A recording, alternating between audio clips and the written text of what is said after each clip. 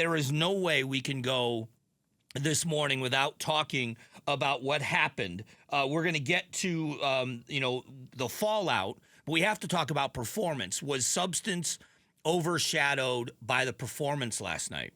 I want to be clear about something. I've talked about this quite a bit. What we saw last night was difficult. I am certainly a diehard Republican, but I'm also an American, and I'm an American first.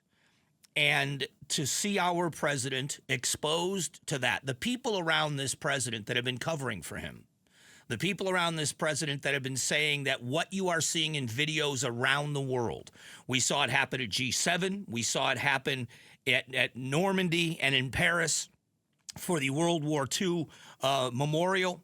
We saw all of this happen, and we were told these are deep fake videos. There's no reality to it. And you can go back and watch, just choose any video of the debates from 2020 and watch any part of last night. And there's an extreme difference. Dementia took Ronald Reagan. Now, I'm not saying dementia with Joe Biden. I'm not diagnosing him. But we know that dementia took Ronald Reagan. Ronald Reagan was called the great communicator. He was able to use humor and makes valid points and concise arguments and profound statements.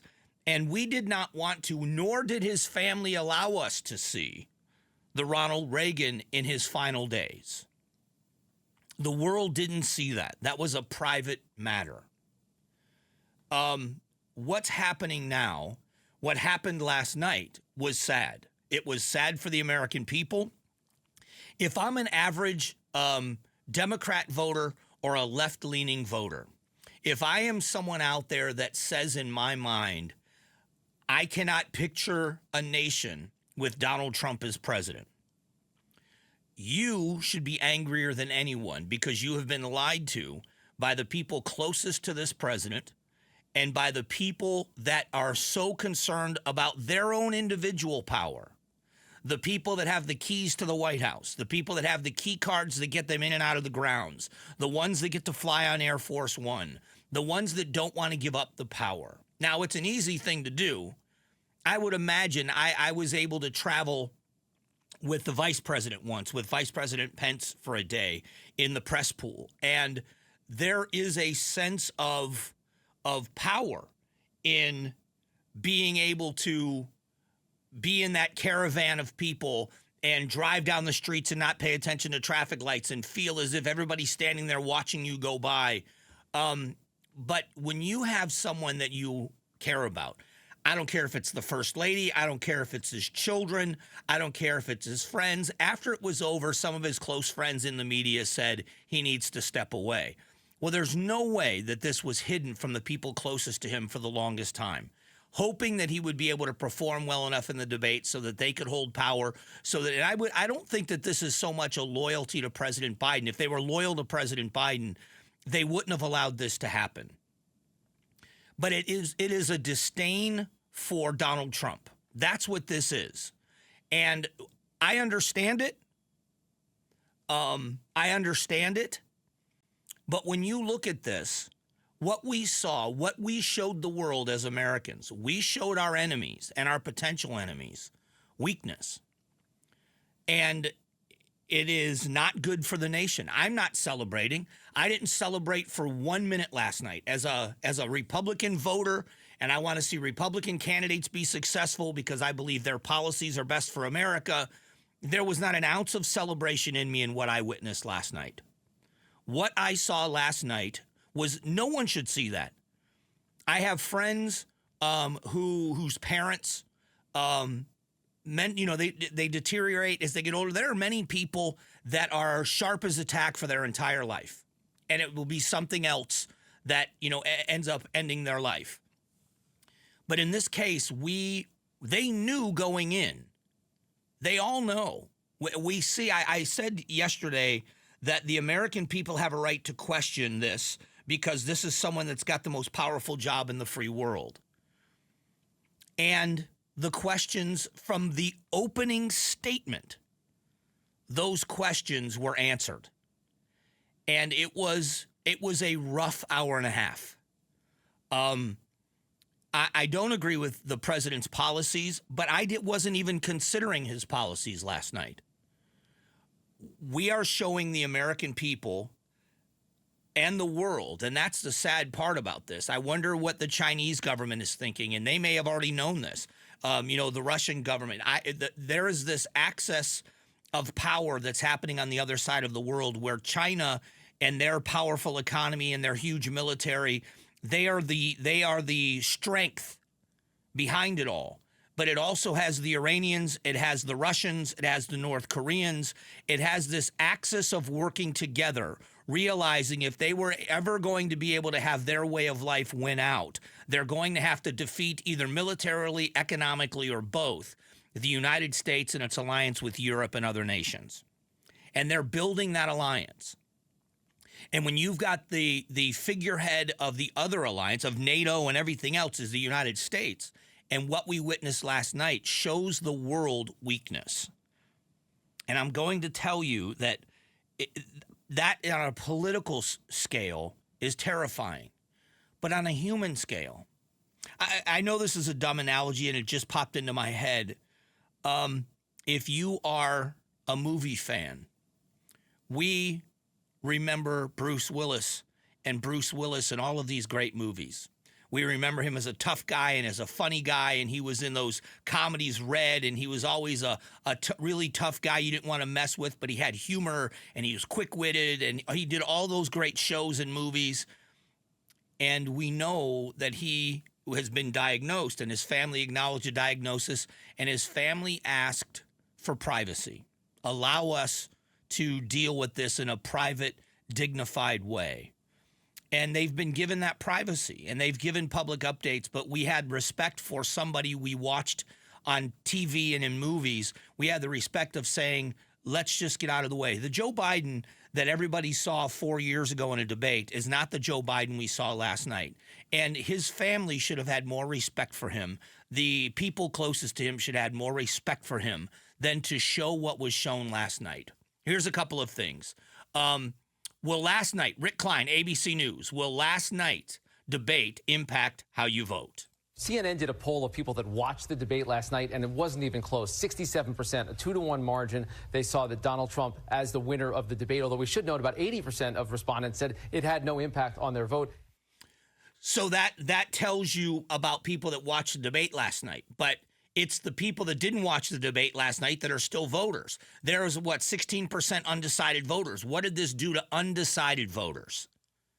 The Biden campaign, this is Mary Bruce from ABC, talking about their not changing course. They know this was a very bad night for the president, and they are well aware of this wave of panic that we are now seeing from Democrats. But they insist and argue that, look, this was just one night, that this race was never going to be determined in a single debate, and they are adamant that they are not going to change course. And that's where we're going to go next. What we're going to talk about next is what happens.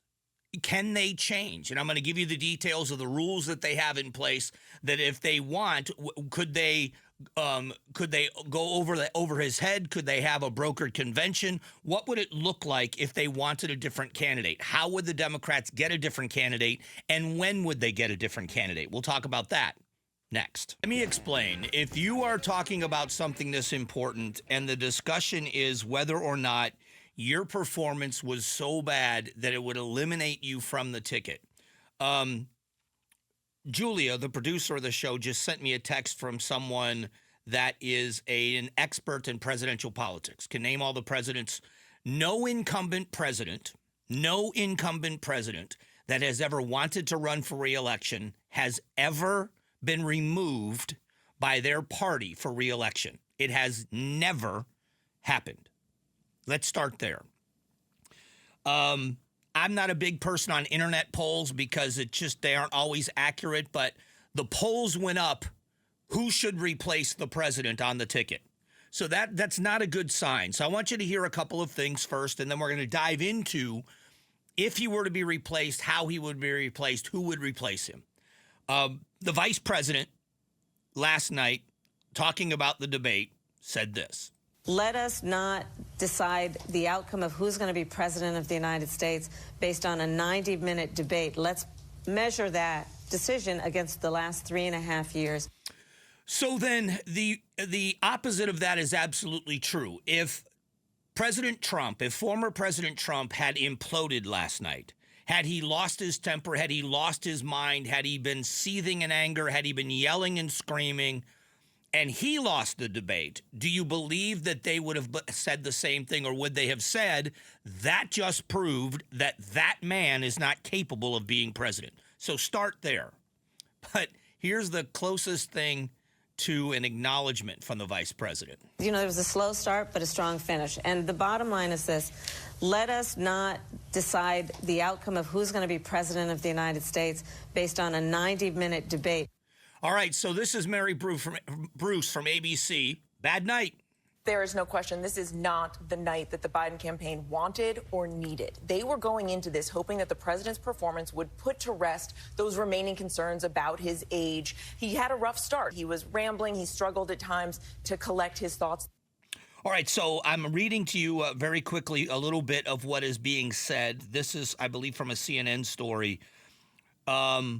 While the party technically does have a system of nominating a fresh candidate at the convention, in the event of a candidate declining a nomination, the entire process is a creaky one that hasn't been considered in decades.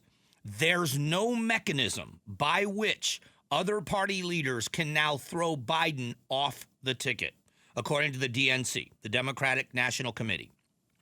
Instead, if anyone in the party wants to replace him, it is through throwing it in an open nominating process on the convention floor. President Biden has won around 95% of the nearly 4,000 delegates this year who have pledged but not committed to backing Biden. If Biden were to resign the presidency, we know what happens. Vice President Harris becomes the president, then she becomes the nominee. Do they want that? If the president declines the nomination, does she become the nominee? Or if he declines the nomination, does she say, I also am out, and a fresh candidate is brought up? But do they have time? Listen, it is an arduous process. I want you to think about what it's like. You drive around, think about this. You drive around the valley anywhere this time of year, and you look at campaign signs. Just the campaign signs that are up on every street corner. I am familiar with doing that, putting signs up.